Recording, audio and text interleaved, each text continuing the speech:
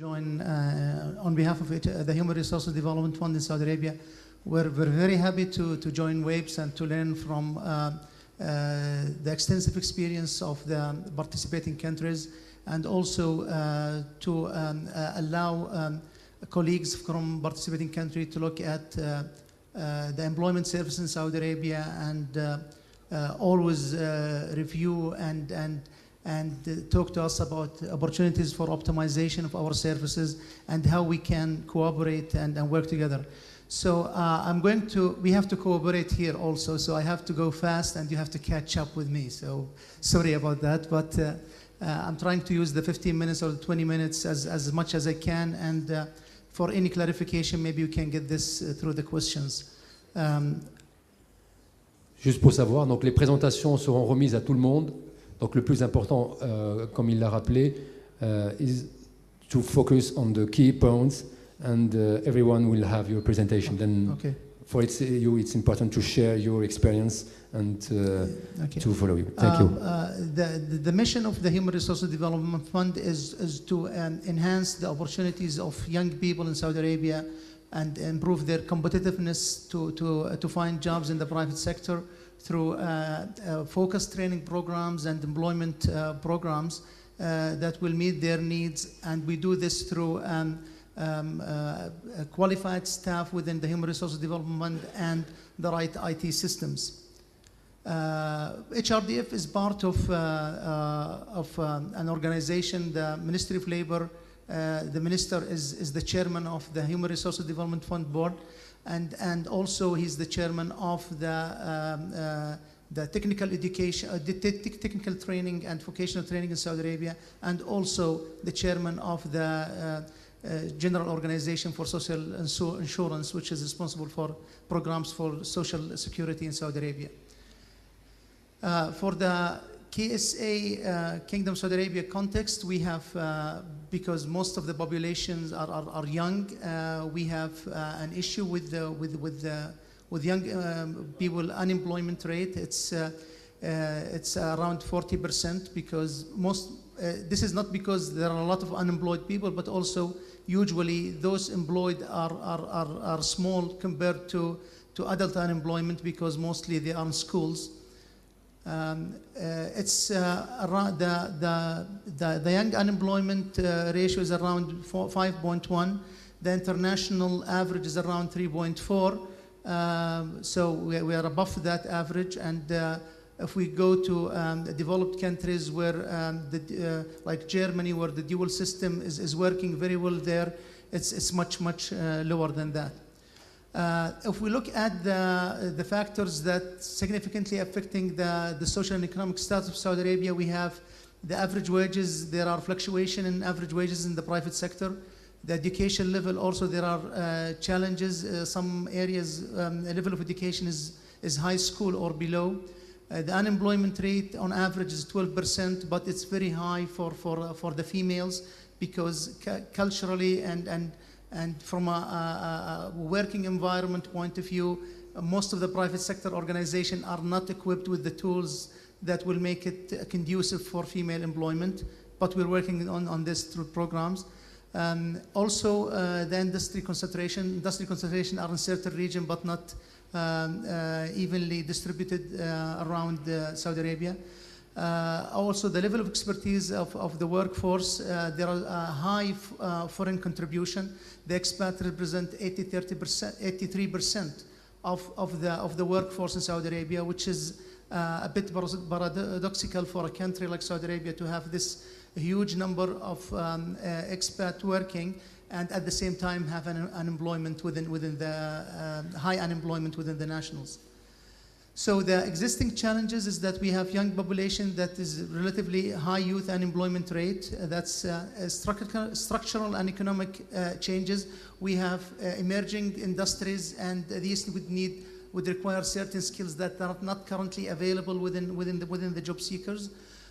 Also, there is a preference. There is a legacy of preference for working for the public sector, because it's they don't worry about job security and issues like that. It's changing, but still we're suffering from this legacy thinking. There is no overarching career education system where the students are made aware of their opportunities in terms of higher education or employment.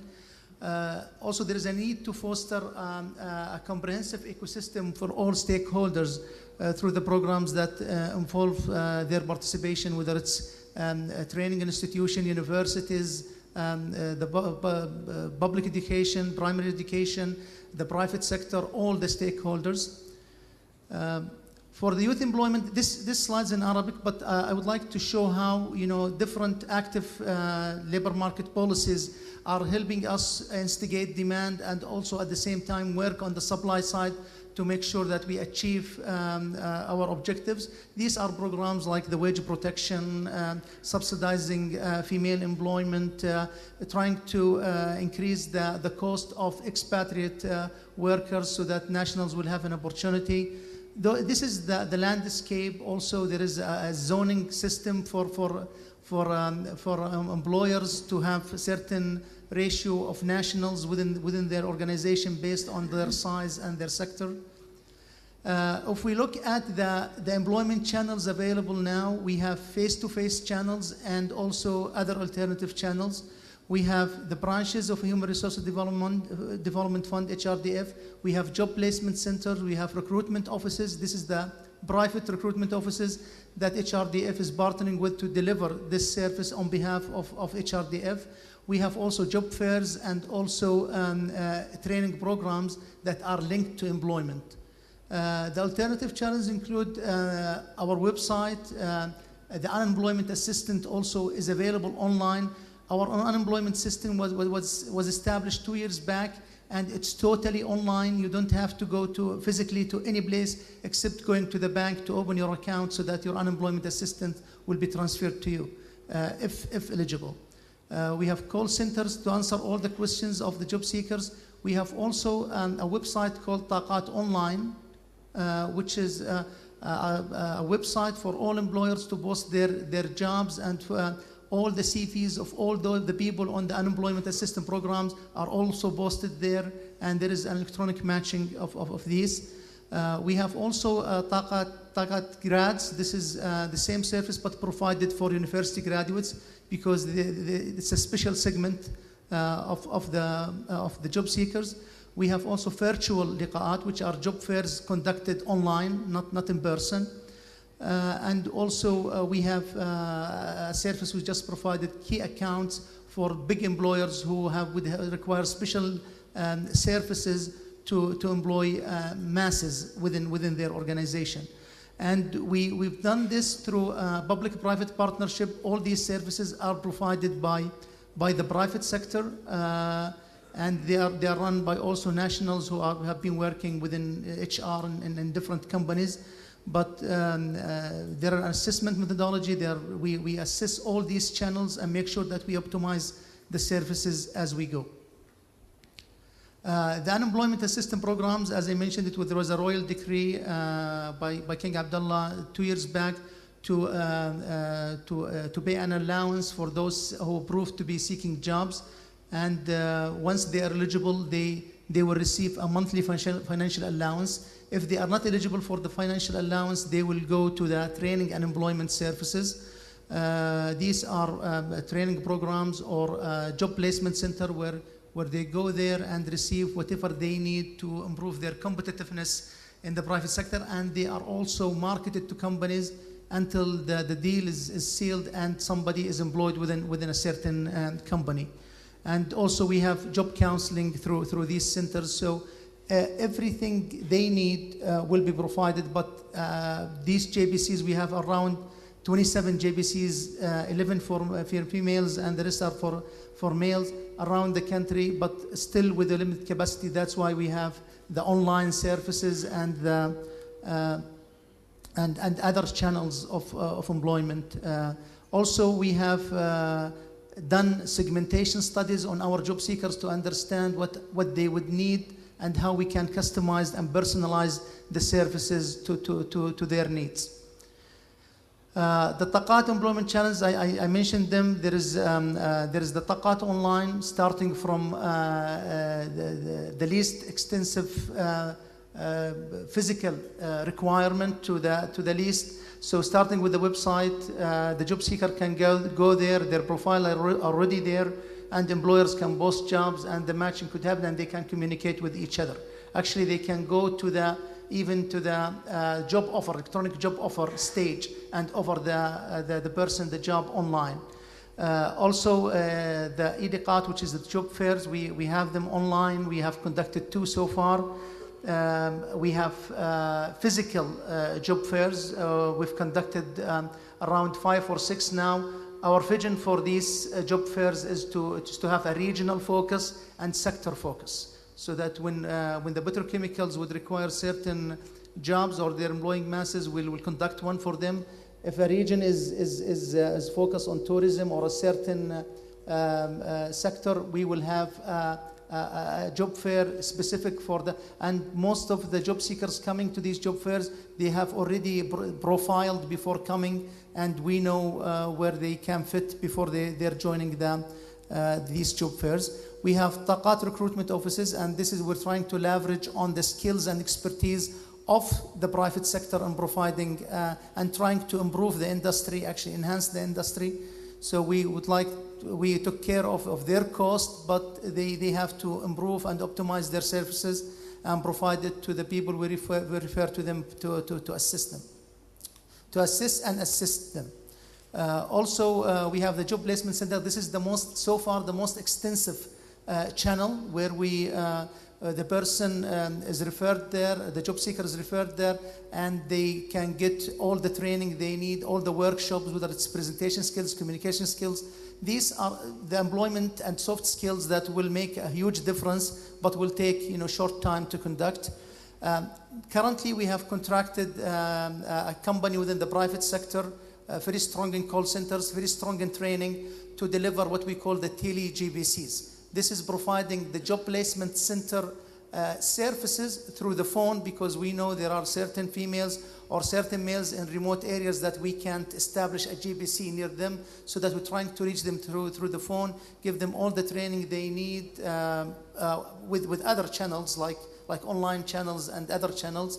But we're starting this in 2 months' time and hoping for the success of this channel. Tecate Grad, I mentioned this. It's focused on graduates, university graduates. We think they are a special group and with special skills, and they would require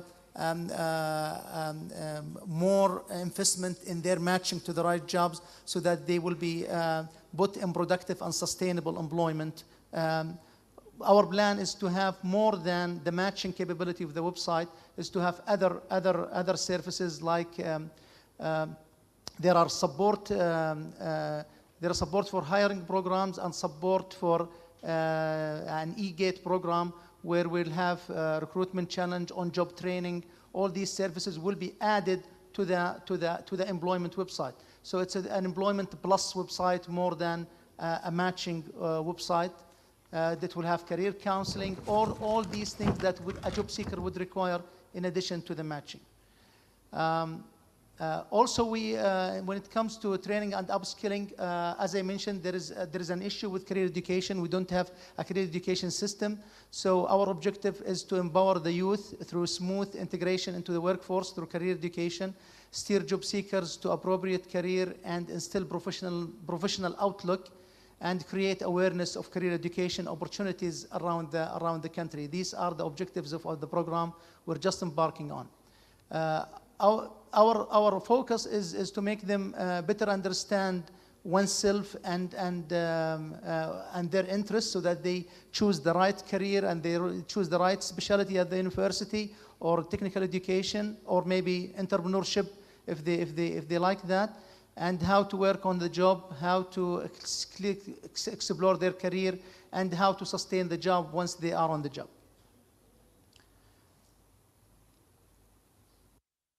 I'm going as fast as I can.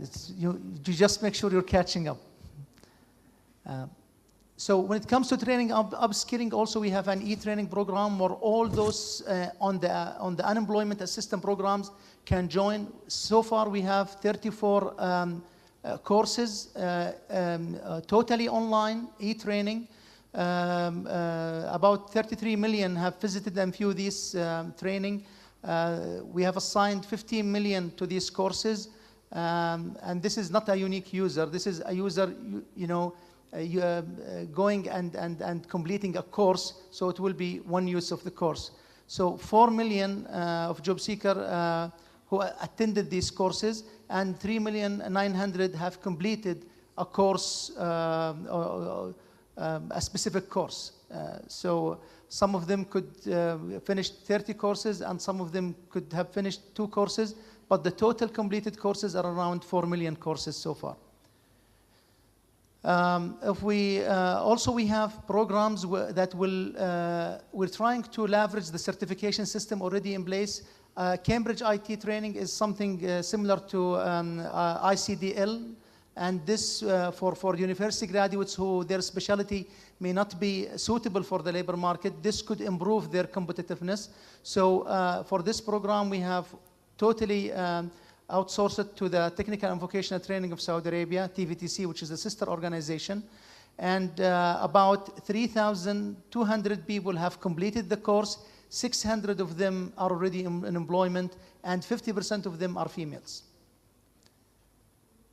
Also, there are some training companies, some private training companies took the risk and the commitment to train people through certain programs that we approved, and actually market them to the private sector and get their payment from HRDF once somebody is 3 months on the job. So we're trying to link outcome to the training program, because we feel that there is a gap. There is a gap between the training industry in Saudi Arabia and employers. So we'd like the training industry to improve in a way that they market their products and make sure that they train for employment and not train for training and just get their fees at the end. Also, we have strategic partnership on job training. According to a report by McKinsey, those who actually combined work and training increase success rate of employment. So we're trying to make sure that we have on-job training programs that are structured and effective, so that we similar to the German dual system, trying to copy the system in the most customized and efficient way for Saudi Arabia. Also, when we look at students in another report, 62% feel that OJT is the most effective instructional technique they had through their education. So we would like to have a structured on-job training program where it has at the workplace with doing the actual job, a professional trainer is there, and there is a contract between the employer and the trainee, and this could be complemented by other modes of training or education on the job. We have two partners in this, and the program is working very well. A healthcare organization and a retail organization already partnering with the Human Resources Development Fund to conduct this program. These are potential partners in the on-job training program, including SABIC, which is one of the biggest petrochemical companies, and Aramco, which is the biggest oil company in the world. The female unemployment, because of the active labor market policies that we had through the zoning system, each organization is required to have certain national based on its size, and this is based on common practices. It was not imposed from just hypothetical numbers. They were based on best practices in Saudi Arabia.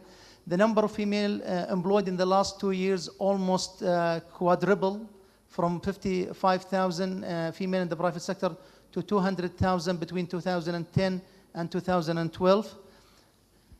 These are the programs that actually led to that increase. Women employment there were labor policies where certain retail jobs like lingerie shops, cosmetic shops, night dress shops are only actually can only employ females now, because most of the people using these services are female coming to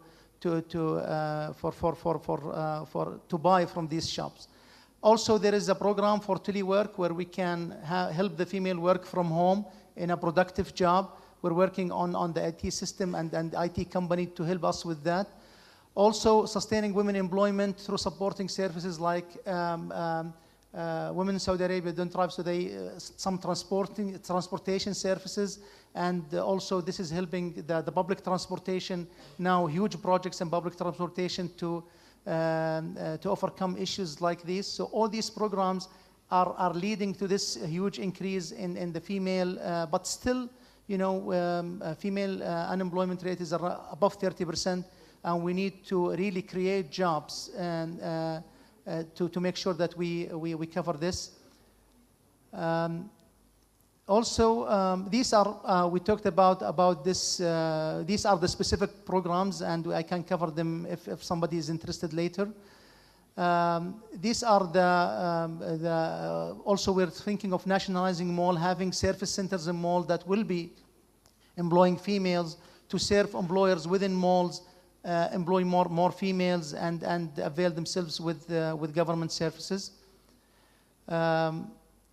This is how it looks. The telework could help us in different industries, whether it's customer services, advertising, call centers, all these possible sectors and professions that telework can actually provide. The idea is that female job seekers in Saudi Arabia, around 28% of them are bachelor degree holders or above.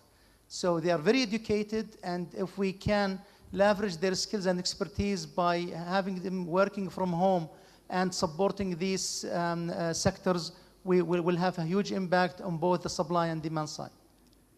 Please, the conclusion, okay. if you okay. have I'm 1 minute. I'm concluding very soon. This is also for productive families working from home, how we can, we're studying how we can market their services, make the sector thrive, developing governing entity for productive families, so that there is a special organization in Saudi Arabia that will take care of them and make sure that they get the reward for the work they do in a most business sense, more than, you know, being, you know, selling their products, you know, for cheap, and for brokers getting, you know, the most benefit, how to market and get benefit from what they're doing. The women unemployment, we are working on different aspects: the financial support, the training, the supporting services like transportation, and policy and regulation, like only allowing females to work or limiting certain sectors, certain retail shops to female employment, are in the policy and regulations. Also society awareness, not, you know, we need to make the society aware that when a female is working in a shop, was working in a production line, in a factory, they will be also working in a safe environment, and they will be also in a healthy working environment. These are the different subsidy programs that HRDF provide now. It's basically sharing the risk with all employers by paying 50% of the salary for the first 1 or 2 years to make sure that they don't have risk in that. And these are the different programs. Now we're moving into the direct subsidy programs, so that to make it also easier for companies to apply for the subsidy, and easier for the employee also to receive the direct subsidy and see the government support and be aware of that. On-time payment, you know, they don't have to wait for.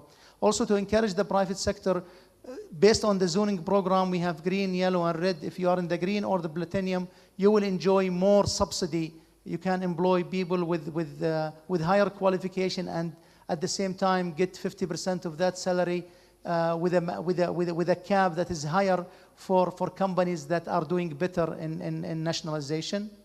We have also an initiative, very important initiative, which is the National Labor Observatory. We would like to provide the needed information for all stakeholders. So if you are students, you would know what are the professions that will be in demand in 5 years' time, so that you choose your university major right. Also for companies, they would know what's in the pipeline in terms of the skills that will be available in the market. And for also training and the university, they would know, training institution and university would know what's the demand in, and they will make their programs in line with the demand of the labor force. So Najdi, I think we are going to the conclusion, because we have the last slide? Yes. Yes, okay. This is to focus on, we know that the different regions in Saudi Arabia will have different needs based on the different employers' landscape and the employees' need, so and the job seekers' need. So we try to segment. One of the initiatives is to segment, have clusters for the different regions and focus programs on the needs of that region, whether it's working on the wage brackets or working on the education or working on the unemployment rate or working on the economic activities, because some regions, their issues is not with the availability of job seekers but with the availability of enough economic activities to employ those people. Thank you. We're trying to have stakeholder involvement. Thank you. Thank you.